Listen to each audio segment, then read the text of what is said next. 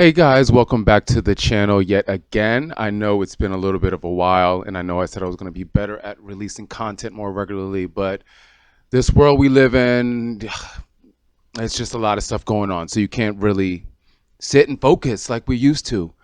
But anyway, in this video, I wanted to kind of touch on something, slightly different from what we normally do on the channel.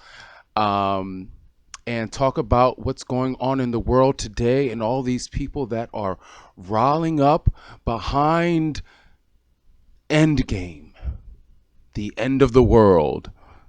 Are we in end times? Is this the apocalypse that everyone has been talking about? Let's talk about it.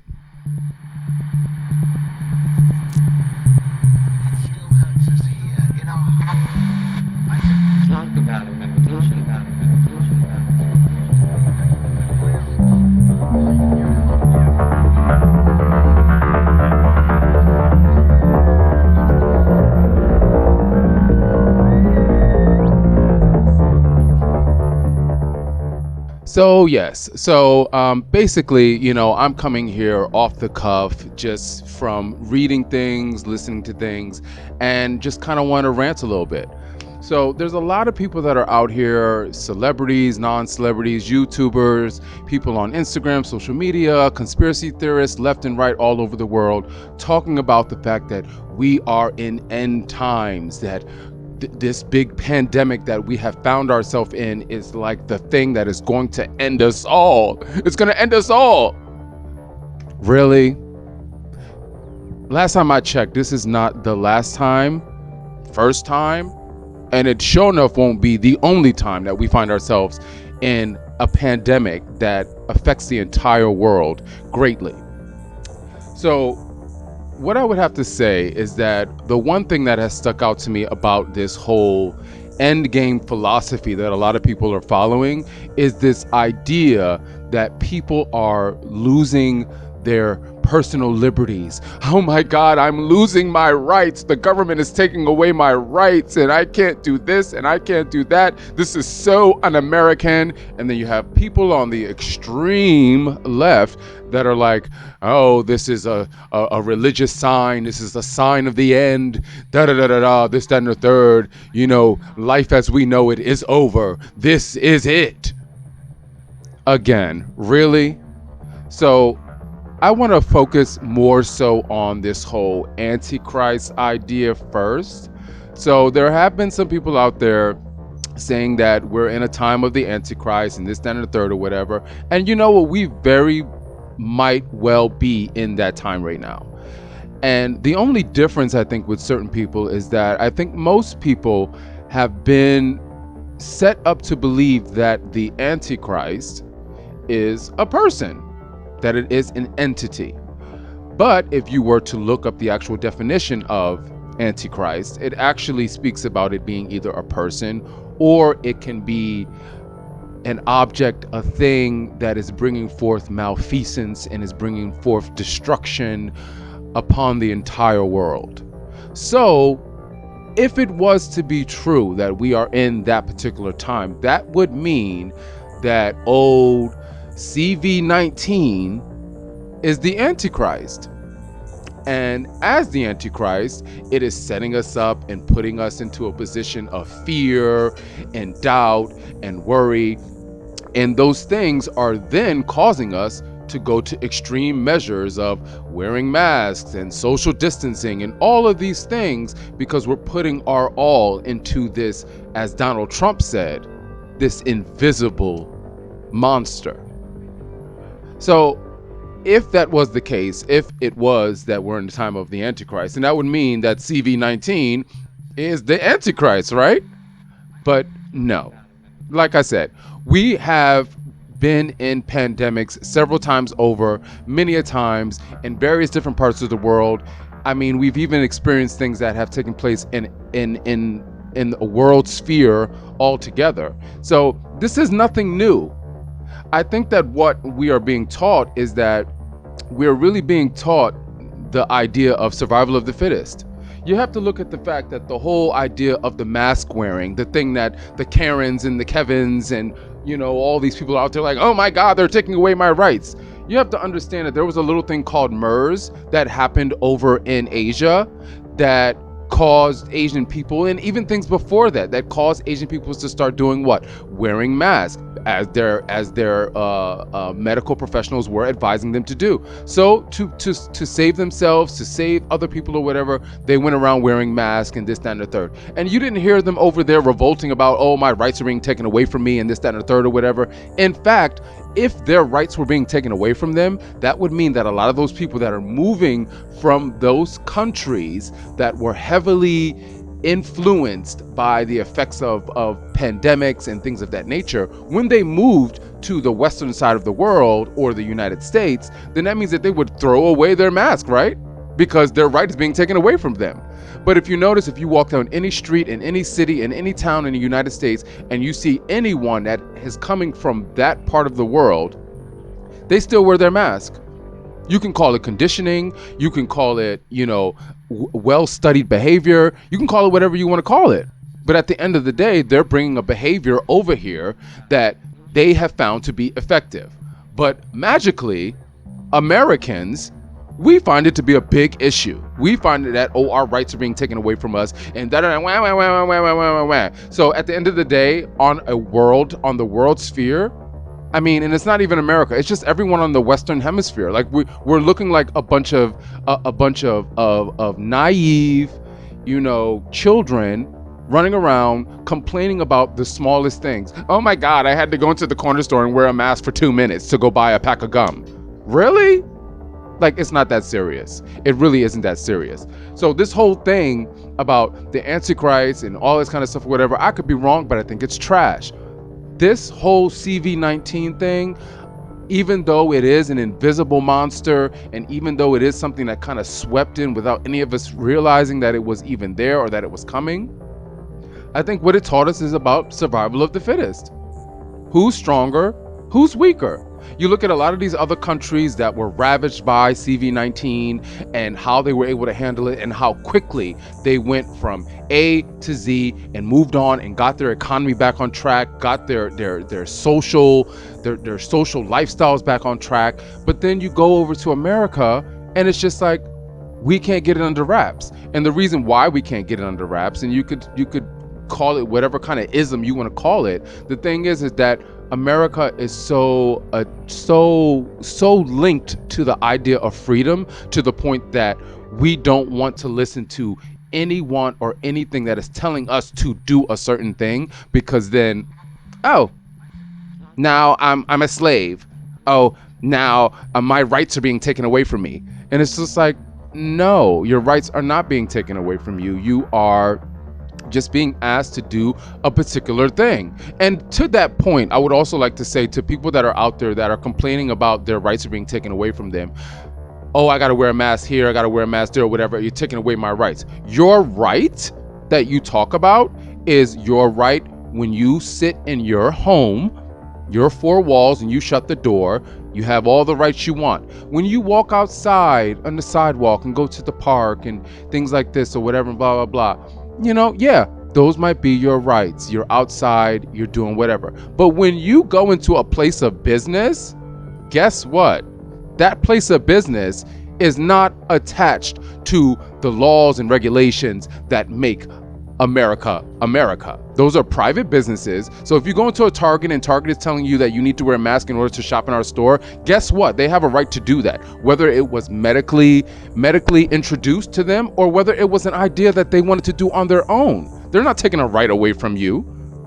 They have a right to tell you that we don't want you in our place of business if you're not wearing a mask. Just like they tell you, don't come into our place without wearing no shirt or without wearing no shoes or wearing this or wearing that, unless it's Walmart, of course, because I mean, Walmart be having some crazy people walk up in there. So, and y'all seen the pictures and the videos, and I'm sure some of y'all have gone to Walmart and taken part in some of that activity yourself. But other more respectable places or whatever that, respect their business, respect their consumer base, they have a right to say and do whatever they want to do. Okay, so to kind of bring it all kind of together, the one thing that I do want to point out It's whether people were aware of it or not, or whether you cared or not. 2020 was the year of the rat. So if you do not follow Chinese astrology, which is an Eastern form of Zodiac or astrology or belief or whatever, then you wouldn't really know what exactly that means. So basically, in Chinese astrology, every year is represented by a particular animal, and that animal is representative of certain types of traits. So the year of the rat is known for being inquisitive, shrewd, resourceful. It's also a time where there is new experiences being set forth with favorable outcomes. And the one thing that really stuck out to me also is that the rat, out of all the animals that are used in the Chinese zodiac, the rat is actually the first in line. So if you want to think about firstism, put it into an example of, a child, a newborn baby, right? A newborn baby. So a newborn baby, it comes into the world, it's fresh, it's renewed, it has nothing, it is a blank palette with its own things that it's going to have to endure as life continues. So the year of the rat is the first of the animals. And as that, it is indicated as a year of renewal. You say that with me again? Renewal. So take a second and think about that word that I just said and rewind back to the beginning of 2020, all the way up until now, all the way up until the end of 2020, and let me know if this is not a year that is clearly indicative of the idea of renewal. Renewal, rejuvenate, fresh, budding, new. So in order for something to be new, that means that the old ways would have to be wiped out. And that's what we find ourselves in, right? You have a lot of these major cities where people are moving out. I happen to live in New York, and it's like an exodus. I'm seeing people move out of the city left and right. The streets are not looking the way they normally would look. Of course, that's because we don't have as many tourists as we normally would have. But I mean, things are changing. And some people are saying, oh, things are changing for the worse. But maybe things are being changed from the best. At the beginning, I always kind of put a slogan on every year. At the beginning, I said 2020, my prophecy for 2020 is that it's going to be a beautiful disaster. This is before I knew anything. And here we are. It's so disastrous to the point that it's artistic, that it's beautiful, that it's like, what's going to happen next? What color is going to be added to the canvas next to complete the painting that is called 2020? So, like I said, it's all about renewal, refreshing, a renewed way of seeing things. Again, I'll go back to New York. New York has always been set aside as this, oh my God, place. Oh, I got to go there and this, that, and the third, and blah, blah, blah, blah, blah, blah, blah. And grant you, once things loosen up a little bit, I'm sure that people from all over the world are going to still come and traverse the streets of New York and look at the iconic landmarks that are indicative of New York. But the people that live in New York are truly seeing how invaluable New York is actually becoming. So people move to New York. Why? The glitz, the glam, the party life, Manhattan, the clubs, the restaurants, the monuments, the people, the shopping, all of this. And all of those things are being stripped away. And it's almost like New York is going through a cleansing. But the thing about it is that everybody has their chance, and, all good things must come to an end, right? So New York can't always and won't always be considered great, which means that somewhere else in the United States, as things start to subside, we'll start to take that title. And then if we look at things on a world perspective, America, as a country, as part of North America, it will start to kind of lose its sizzle that it once had. And that means at another continent, who knows who it will be, or maybe just another country, will start to take the reins of being this great place that everyone wants to visit, and this, that, and the third, and blah, blah, blah, blah, blah, blah, blah, blah, blah. So to all of those people out there that are, out there and granted, I'm a conspiracy theorist to a point, but there are a lot of people out there that are kind of just being like OD. And it's like, you have grandparents and like they have parents that lived through very similar times that we find ourselves in right now. It's just that in this modern world, and as time has progressed, people have found themselves to be more and more spoiled, especially Americans. I'm an American. I know we are spoiled. We don't like to be told what to do. We don't like to feel like something is changing. We like everything to be status quo, and we like our lifestyles to be intact. But unfortunately, like I said, all good things must come to an end, and we are in the year of the rat. We are in the year of the rat. Is the year of renewal. And for those Americans that are listening to this video, you have to also remember COVID-19, CV-19, happened in March. And March is when Aries started. And Aries, much like the rat, is the first of the Zodiac. So this is all about renewal.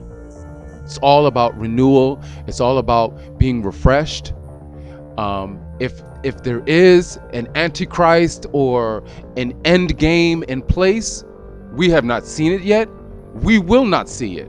That is not something that anyone that you listen to on YouTube, on the news, anything, anywhere, that will be able to say, oh, this is the antichrist, that is the antichrist. They might have an idea, but when someone tries to put a concrete idea into your head that this is that, you might want to watch out for them, because they're going to stray you into a different direction, and it might be the wrong direction. You know what they say, the blind leading the blind. So everyone needs to truly, and it's not just CV-19, everyone just needs to take 2020 into just as a retrospect and just reflect on day one of the year, all the way up until now, all the way up until the end of the year, and really just kind of dissect the year and look at the fact that it is a year of renewal. It is a year of washing things out and bringing new things in. It is a beautiful disaster. So I just wanted to rant a little bit. If you guys like the content, please be sure to add a like and share with others if you care. Also, be sure to hit that subscribe button. All new subscribers are definitely welcome. If you have any new ideas, if you like this idea and you liked how this video went and you want us to continue doing more stuff like this, please let us know in the comments down below. As always, thank you for watching. Thank you for listening. I hope that I didn't rub anybody the wrong way, but then again, I don't care. But anyway, as I always say, remember, the stars are always watching.